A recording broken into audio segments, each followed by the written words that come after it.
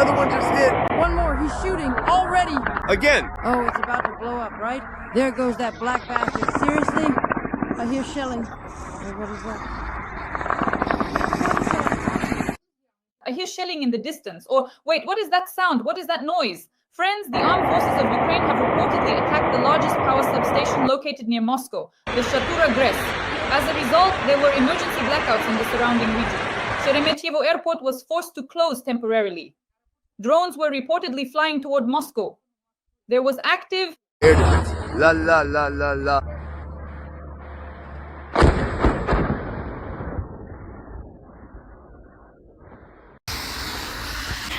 The morning does not begin with, as some might think.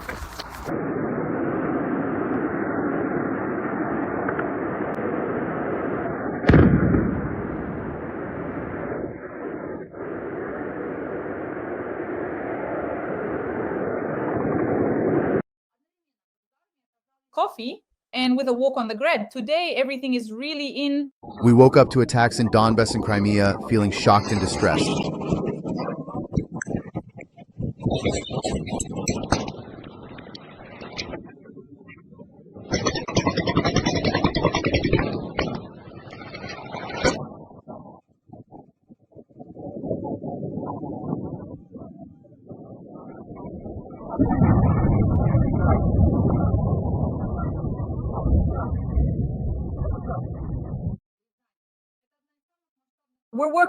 We're helping. Stop shooting against Russia's critical infrastructure over the past month. This is being reported by the Russians. They're furious.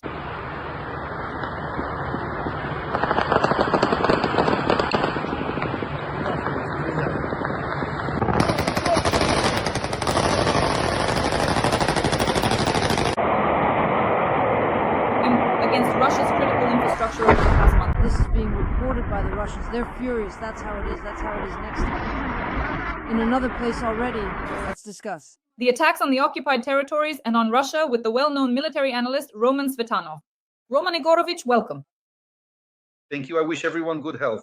Roman Igorovich, let's discuss the attacks on the occupied territories and on Russia with the well-known military. Analyst Roman Svetanov. Roman Igorovich, welcome. I wish everyone good health. Roman Igorovich, let's start with the power plant near Moscow. The Shatura plant was attacked. Another one is coming. It's coming. They're shooting.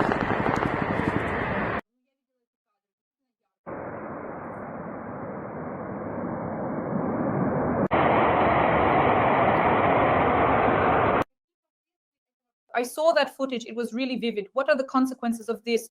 For the region in general, what do you think? Well, definitely now, even Ilyich would be turning over in his grave a couple of times because Shatura, which he himself helped build, remember those photos where he's hauling a log and there's that inflated rubber thing so he doesn't fall? That's exactly Shatura. And we once told you, our readers, about a scenario in which, even if you do not currently possess ballistic missiles, it would still be possible to cut off the electricity supply to Moscow. This could be achieved by targeting what is known as the power ring, which is a network of electrical infrastructure located at distances ranging from 100 to 300 kilometers from the city. By striking this power ring and simultaneously shutting down all of the thermal power plants that are responsible for generating and supplying electricity to Moscow, the entire city could be deprived of power. This method would effectively disrupt the flow of electricity, demonstrating how vulnerable the city's energy system can be, even without the use of advanced missile technology.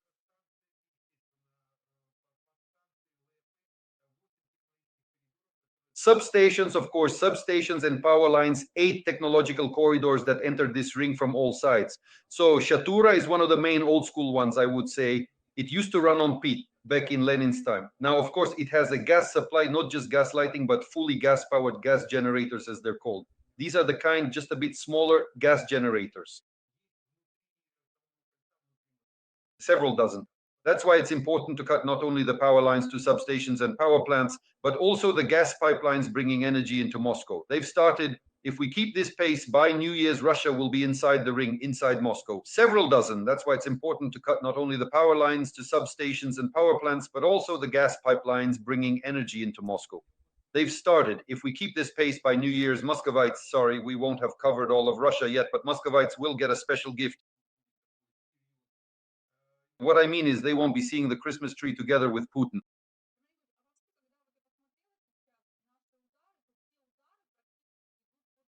it will be quite serious. What I mean is they won't be seeing the Christmas tree together with Putin. Roman Nikolaevich, when I look at our strikes now, almost all of them are targeting the thermal power plants. That is, we're striking the thermal power plants in a ring around Moscow. And for example, over the past 5 days, these strikes have been regular. I just checked, and almost all the thermal power plant substations in the direction of Moscow are being targeted. Are being attacked. What do you think? The thermal power plants?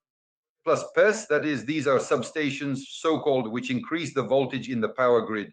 It's important for us to shut down almost all GRES, state district power plants, all TPPs, thermal power plants that are around Moscow, along those 8 corridors. In addition, it's of course important to target the substations that raise the voltage up to 500 kilovolts. So all the 500 and 500, 700 kilovolt ones.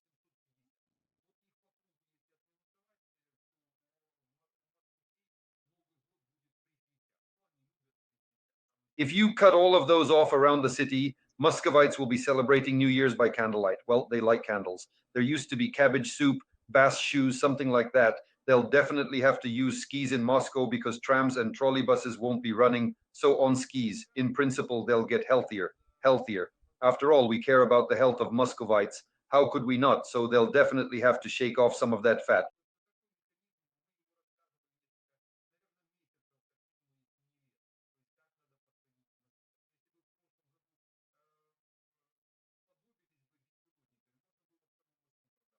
Right now, of course, they've covered Moscow with air defense, so you can't get close with drones. But around the perimeter, somewhere from Shatura, about 100 kilometers out, we've discussed this for months. Last year, drones could reach Moscow, but now air defenses stop them. Strikes are possible around the perimeter, especially from the east, as the path is already open.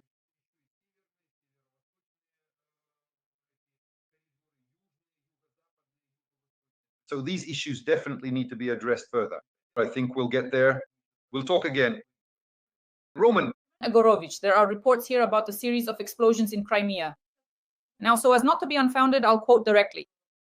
During the night, a series of strikes were carried out on chemical industry facilities and infrastructure located in the occupied Crimea. Brom was attacked, also known as the Perekop bromine plant. Drones attacked the Glebovskoye underground gas storage facility, located in the settlement of Vinukovo. The building of the compressor workshop was destroyed. The Simferopol oil depot was also reportedly attacked, and all of this happened in a single night. Men's libido has dropped. So women started shaking up Putin, like, do something, but he decided the issue, figuring something had to be done with bromine somewhere. He launched this bromine.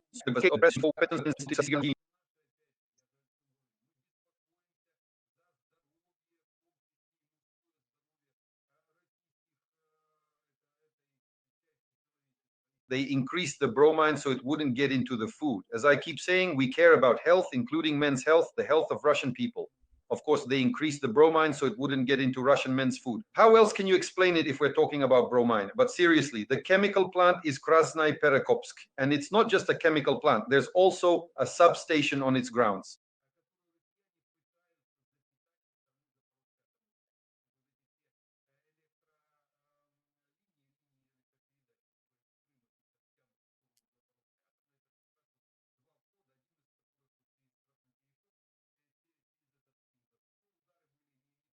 Russians are supplying power from Zaporizhia nuclear plant to Crimea via 2 lines, including one through Krasnaya Perekop.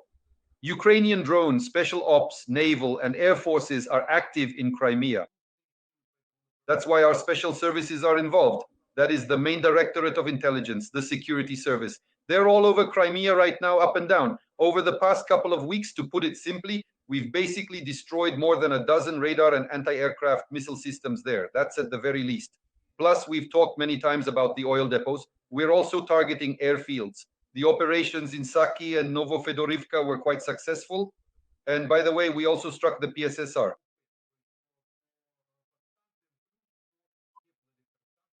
We targeted substations and power plants supplying electricity to military sites. Disrupting logistics through Crimea is key as they support Kherson and Zaporizhia. In those directions. Roman Nikolaevich, for example, on the night before Sunday, there were also powerful explosions in Crimea. Local channels reported that oil refineries were attacked. So on both Sunday and Monday nights, we struck oil refineries and part of the fuel infrastructure, which supplies the Russian Black Sea Fleet. The logistics on the southern front have been under attack for the second day in a row. That's right? We also hit the Ilsky oil refinery, so we're already talking about Rostov territory. Logistics on the southern front have been under attack for the second day in a row. They hit the Ilsky oil refinery, so we're talking about Rostov. Through Crimea as well. Crimea was combed through and several remaining oil depots were struck. Not all tanks are gone, they're now hunting for them. The main oil depots in Vardeysk and Feodosia have been hit, and now they're going after every tank, each holding several thousand tons. In the end, it will come down to targeting every single container with fuel in Crimea. This is logistics. It's very important for us to cut off this logistics chain. Kurilsky, Afipsky oil refineries, that's already in the Krasnodar region and Rostov Oblast. Plus, they also targeted the Ryazan and Saratov refineries. So they haven't forgotten about those either. Our drones have also been sent there. By the way, this mission to destroy them is still ongoing. The Russian oil industry. 2/3.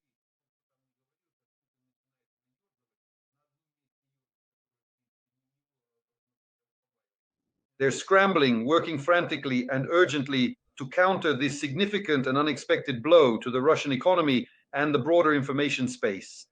The point is, all the official statements and public comments made today speak of a massive, widespread outrage and deep concern. Roman Grigorievich, you sent a very important and timely message here. As I understand it, some concerned and responsible people took action. They organized themselves, coordinated their efforts, and a shootout with the FSB in the Altai region. The concerned citizens tried to disrupt work near the railway, but the FSB agents there are furious. As I understand it, they're taking things very seriously. Roman Grigorievich, the floor is yours. This is what Russian social media channels are mostly spreading right now. They have no doubt that Russia cannot overshadow this topic. They understand that a large number of resistance forces have joined in to support our strikes on the Russian economy, and the Russians are trying to overshadow this topic as well. They're trying to spin whatever information they can dig up in their favor. But in reality, this shows that the work of our concerned citizens continues and that efforts are ongoing all over the world. That is, with 17.5 million square kilometers, of course, we can't cover everything with just our own resources and means, but there are internal resources, and we can see how these internal resources are working. Meanwhile, the Russians are trying to show so-called counteraction, but there's no way they can control 100 million people. No matter how many FSB agents they have, they can't lock down 100 million, especially since there are still our diehard partisans living in Russia who, in the end, are still being supported. They are trying to break free from Moscow's influence. The whole problem there is quite precisely the so-called Moscow yoke, so to speak, over those peoples of Russia who are actively trying to escape this ongoing pressure. Roman Grigorievich, while we're recording this stream, Sobyanin is reporting that drones are flying toward Moscow in broad daylight, so to speak. There will be temporary restrictions at Domodedovo Airport. Sobyanin reports drones flying toward Moscow, prompting restrictions at Domodedovo Airport as they are shot down. Moscow is now being attacked during the day. Well, that's interesting news. It's still unclear what has been hit, but the attack is underway. The thing is, as I've said many times, there are two ways drones can reach Moscow. Two mechanisms. The first mechanism is ballistics, that is ballistic missiles. Russian air defense systems shoot them down with an efficiency of about 0.3. So they'll shoot down about a third, but 2/3 will get through and they can take out almost any target. So basically, you don't send just one missile at a target, but 2 or 3, and that means the target will be destroyed with 100% certainty. But that's ballistics. For now, we don't have ballistics. We have stories, we have videos, we've had announcements for the third year now, or maybe the second, I can't even remember anymore. And the second option is a large number of drones.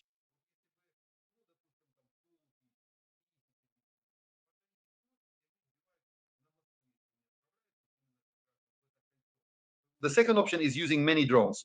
For example, if there were about 500 or 1,000 drones, since they're drones and get shot down on the way to Moscow, if sent straight into the Moscow air defense ring, they're shot down at about a 0.9 rate. Out of 100, maybe 10 could get through, possibly more. So for at least 100 to get through, you'd need about 1,000 drones. And 100 for Moscow isn't really a big problem, all things considered. In principle, they could just shoot them down inside Moscow. So there are two mechanisms here. But if you send 1,000 drones to Moscow, you could just as well split the 1,000 into 10 groups and burn down 10 oil refineries. In that case, there's simply no point in targeting Moscow specifically with drones. But in the Moscow region, now that's a different story. That's possible. Right outside the Moscow ring, meaning the air defense ring, which is about 50 to 70 kilometers out. So 50 to 70 kilometers from Moscow. In principle, even at a distance of 100 kilometers, you can bypass Moscow and take out targets like we discussed with the decommissioned power plant. In the Moscow region, at a distance of 117 kilometers, that's just about perfect. Moreover, within this radius of 100 kilometers, give or take 20 to 30 kilometers, the Russians have a huge number of military facilities, not just energy related, but military ones, starting from Dubna, the nuclear center, which is, I think, 120 kilometers from Moscow, and ending with various Kashira sites to the south. Roman. Yurievich, please, as if people are listening to you. Defense Express, I'm reading the news. Ukraine now has its own ballistic missiles. The Ukrainian company Firepoint is preparing, or rather has developed and is preparing, to deliver new generation FP7 and FP9 missiles to the armed forces of Ukraine. The FP7 is in the final stage of preparation and is expected to enter serial production by the end of 2025. And the next in the lineup will be the FP9 missile, a version capable of hitting targets at distances previously unreachable for Ukraine. The stated range reaches up to 855 kilometers. Roman Yegorovich, it's as if you were just heard. The floor is yours. No, they didn't hear us. They just heard the announcements from Firepoint, those fiery show-offs, and they just reprinted them. Most likely all these guys studied together at the same acting school and were involved in filmmaking, not in missile production as such. Not in the actual production of missiles. The transfer of missiles of serial, first of all, serial level means serial production. At the moment, if they had them, they would already be using them against Russian territory. Those declared, at least by the opposition, FP7, FP9, with ranges of 200 and 850 kilometers, they do have the capability to produce them. In the time they've been in charge, 7 years, they could have done it 4 times over. It takes a year and a half to launch a ballistic missile at our base, and in 7 years, they haven't made a single missile. The question is, where do their hands grow from? I won't say on air which part of the body, but let's just say it's somewhere below the back, that's for sure. Because making a missile, look, the Germans made the V2 almost 100 years ago. The V2 100 years ago cost, I think, 100,000 Reichsmarks per missile at the time, and they produced thousands of them. I think they started testing in 42. By 44, they were already mass producing them. And by 45, several thousand V2 rockets with good ranges of over 300 kilometers were carrying out combat missions to the west. Well, mostly they were sent to London, that is, to that side. And that was almost 100 years ago. Now we have completely different technologies. By now, you could have made that rocket 300 times over, already sent it, even the same V2. You wouldn't even need to come up with anything new. The V2 was launched. They didn't have satellites back then. They had an internal so-called positioning system that is based on gyroscopes, which allowed the rocket to reach its target with a circular probable deviation of plus or minus 1.5 to 200 meters. And the V1 was a cruise missile. In fact, I think tens of thousands of them were produced, and they cost, I believe, around 10,000 Reichsmarks, which is basically nothing, all things considered. So the Flamingo is essentially the same as the V1, and the FP7 is basically the same as the V2. Well, then how can it not be made if the task was set? Well, I think at some point the question will arise as to when, under which government, and who will be working on it. That's a different question altogether. But as soon as they appear, the Russians will talk about them right away. Believe me, the Russians were the first to report it. Roman Nikolaevich, now regarding the occupied Donbas. This means that a series of substations there are out of order. According to the syntactic analysis and local public groups, at least 6 objects were hit. Toret's arrival at the infrastructure facility. Dokuchayevsk was hit by a substation. Shakhtarsk hit by substation. Starobyshevo. Attack on the substation. Yuznaya near Shakhtarsk. A hit on the substation has been confirmed. And part of the Starobyshevo thermal power plant as well. Likely serious damage. After the strikes, Besveta, Shakhtarsk, Zugres, Dokuchayevsk and Torres were left without power. This substation line is key for supplying electricity to the occupied areas of Donetsk region and for supporting Russian troops. Roman Nikolaevich, what do you think? Yes. We did a good job in this direction. This is exactly the approach from the east towards Donetsk. Basically, if you keep going, it continues through Selidovo to Pokrovsk. This is exactly how the Russians are moving equipment, ammunition, and personnel. So it's coming from there. Starting practically from Snezhnoye, it's just not Torres anymore. The city is called differently now. That's its old name. Then comes Shakhtyorsk, then Zugrez, then Kartsisk, Makevka, then Kanzonkovo a bit to the north, Makevka again, Donetsk, and then Selidovo in a loop.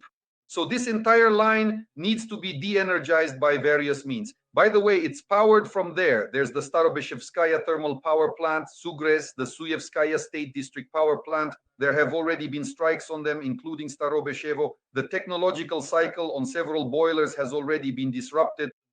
I think the second boiler was shut down at Zugrez, plus the Chaikinskaya power plant has been taken offline. So basically, our operational drones are working in that direction and they're doing a pretty good job. Why is cutting off the power in Donbas also advantageous for us right now, for example? Because the Muscovites have sucked all the water out of there. They're great at sucking things dry. There's no water in Donbas right now. We're going to cut off the electricity. Why? Because mostly Ukrainians live there in what used to be Cossack villages. Back in the day, our Zaporizhian Cossacks used to go to the Don. My relatives are from one of those villages. They've been lying in the cemetery for 200 years, one after another. So, for example, there's the issue of putting pressure on the Russian newcomers, as I call them, civilians who over the past 10 years were relocated to our territory. They gathered them from beyond the Urals and brought them there because the Ukrainians had left the city. The Ukrainians who stayed on the occupied territory are mostly in the villages.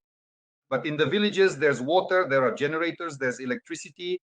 If you need to use the bathroom, you can just run outside. So that's not a problem. But in the cities, the Russians brought in these so-called civilian occupiers. But since there isn't that kind of pressure on civilians, it's what you might call a civilian occupation. If they have a Russian passport in their pockets, then they are not considered civilians in the occupied territory. The Geneva Conventions on the protection of civilians do not apply to them. In other words, they are occupiers in the purest sense. Naturally, they need to be pushed out.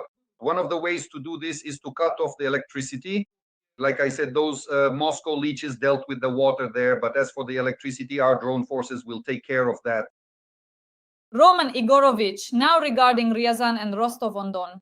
In Ryazan, there's an oil refinery, there's a fire, there's video footage, and in Rostov-on-Don, there was an Atesh sabotage. The Atesh movement claimed responsibility for destroying an electric locomotive that was transporting military cargo. Rostov is the main distribution hub for Russia's southern and eastern military groups. Disrupting logistics in this direction is a powerful strategic blow. What will be the consequences? So one of the railway lines from Rostov goes south through Mariupol, and another line goes north to Donetsk through Ilovaisk. That's exactly where the strikes on the power supply for this Ilovaisk group happened. By the way, Ilovaisk was shut down. At the very least, the power transmission was cut off, meaning the transfer of trains using electric traction on this line was stopped. So this is very important for us. This is exactly the Rostov direction, but I've already worked on this. In some areas, at least, the guys are doing a great job. You could even call them partisans, concerned partisans, but they're working directly on the Russian railways, cutting them, sometimes blowing them up, sometimes just laying them down or putting them down.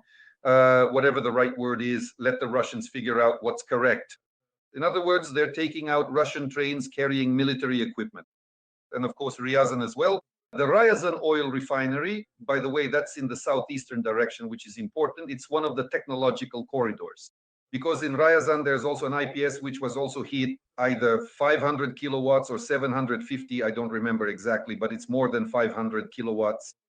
And there's also the Ryazan oil refinery, which pumps diesel, gasoline, and aviation kerosene through pipelines to Moscow. These are technological corridors. And there's also Diaghilevo in Ryazan. That is, it's an airfield where Tu-95 and Tu-22 M3 are based, and these are the Kh-1 and Kh-22 missiles on the Tu-22 M3+. Also at Diaghilevo, there's this flight crew retraining center and an aviation plant, an aircraft factory. So it's also a pretty serious hub there, which is why I think the popular path of our drone forces in that direction won't grow over with grass. So, Roman Igorovich, it's possible that not only the oil refinery was attacked in the region, but also the Diaghilevo airfield. So, could that also have been a strike? Yes. It's all in the same direction, the same location. They're located roughly in the same area. Dear audience, please like this video. Write in the comments what you think about our strikes and Ukraine's military capabilities. Let us know in the comments where you're watching from. How are you doing? We're sending you our best wishes. Do you have power or not? Ukraine will definitely win. Renowned military analyst Roman Svetan. Roman Grigorievich, thank you, and as usual, see you this Wednesday. Goodbye. It's flying, damn. Another one is flying. It's flying, it's flying. There. It's shooting. It's flying this way. Quiet.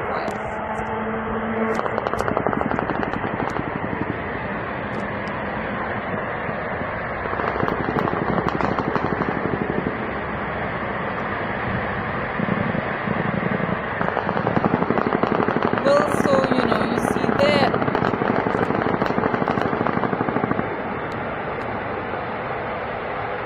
It's flying up ahead.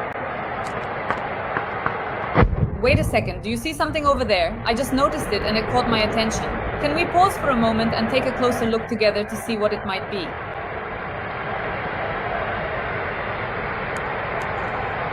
So how did it actually turn out in the end? Can you tell me what the result was?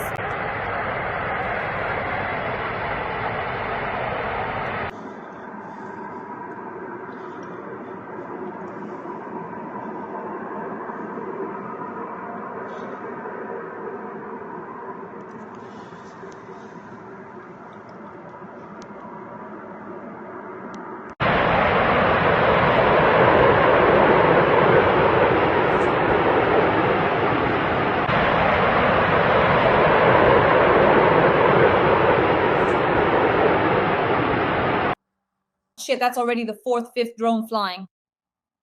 You can hear a moped over there, damn it. Yeah, well, so actually, honestly,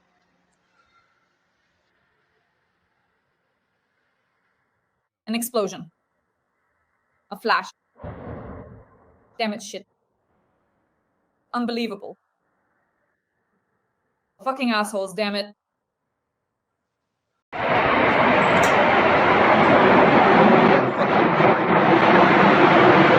Where did it go? Where? And where at this moment? Is it? Let's get the hell out of here right now, seriously. Bro. There'll be more and more thunder soon. Oh, it's really, truly intense and overwhelming over there, Good.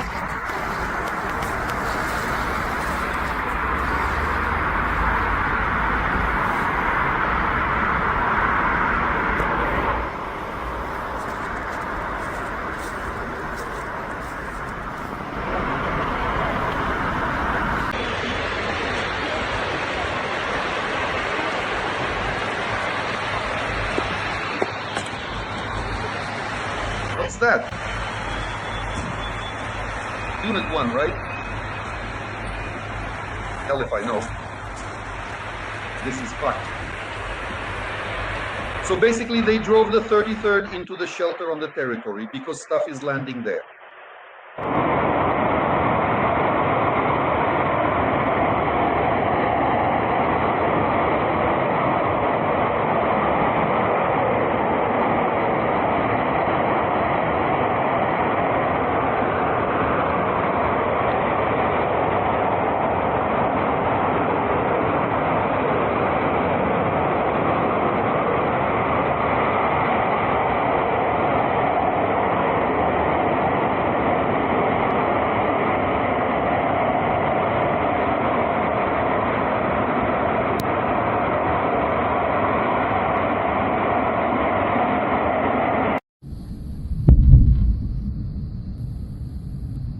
Where did it go?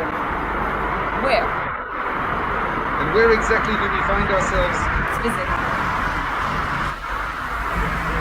Right here at this very moment as we speak. There will be more, and there will be more thunder soon.